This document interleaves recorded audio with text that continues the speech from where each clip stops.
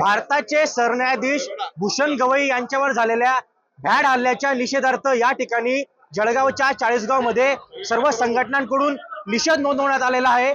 आपल्यासोबत बोलण्यासाठी या ठिकाणी वकील संघ आहे। काय सांगाल, एकंदरीत या ठिकाणी निषेध नोंदवण्यात आलेला आहे।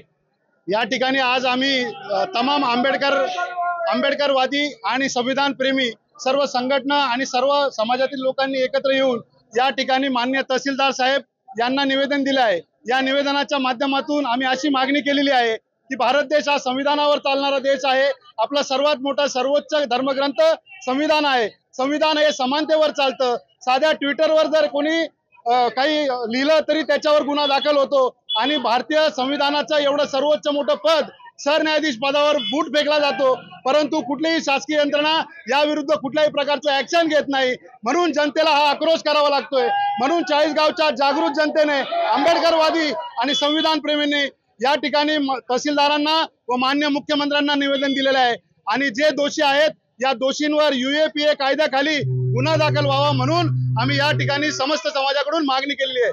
काय सांगाल, खरं तर आज सर्व आंबेडकरवादी संघटना एकवटल्या आहे आणि या ठिकाणी निषेध नोंदवण्यात येत आहे। देशाच्या न्यायाधीशावर जर अशा परिस्थितीचं राजकारण करून अशा पद्धतीने जर अन्याय होत असेल तर आम्ही आंबेडकर प्रेमी रस्त्यावर यापेक्षाही भारत बंद केल्याशिवाय राहणार नाही, एवढं यावेळेस सांगतो।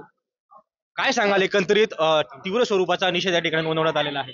अतिशय तीव्र असा प्रतिसाद या ठिकाणी आलेला आहे आणि आपण पाहतो की जेव्हा एखाद्या सर्वसामान्य माणसावर अन्याय होतो तर तो नक्की म्हणतो की मला न्यायालयाचे दरवाजे ठोठवणे अजून बाकी आहे। अशी परिस्थिती असताना भारताचं सर्वोच्च न्यायालय भूषण गवई साहेब जे सरन्यायाधीश आहेत, या व्यक्तींवर जर अशा प्रकारचं जर कृत्य होईल तर सर्वसामान्य जनतेचं काय? तर मुळात जी संविधानिक तरतूद आहे, जी बहुजनांसाठी आहे, सर्व कल्याणकारी लोकांसाठी आहे, तर ते संविधान टिकलं पाहिजे। आणि या संविधानाचे जे 3 पिलर आहेत ते म्हणजे पंतप्रधान, राष्ट्रपती आणि सर्वोच्च पद म्हणजे सर्वोच्च न्यायालयाचं न्यायाधीश पद।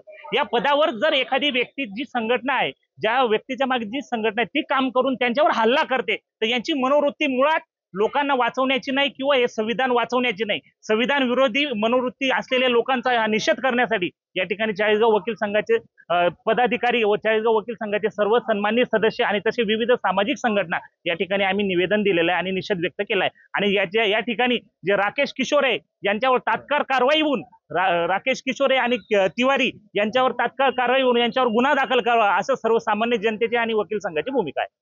बघू शकतो की सर्वच आंबेडकरवादी संघटना या ठिकाणी एकवटलेल्या आहे आणि शहरातून मोर्चा काढून या ठिकाणी त्या हल्ल्याचा तीव्र स्वरूपात निषेध नोंदवण्यात आलेला आहे आणि कारवाई करावी अशी देखील मागणी आता सर्वांनी केलेली आहे। खेमचंद कुमार, TV9 मराठी, चाळीसगाव, जळगाव।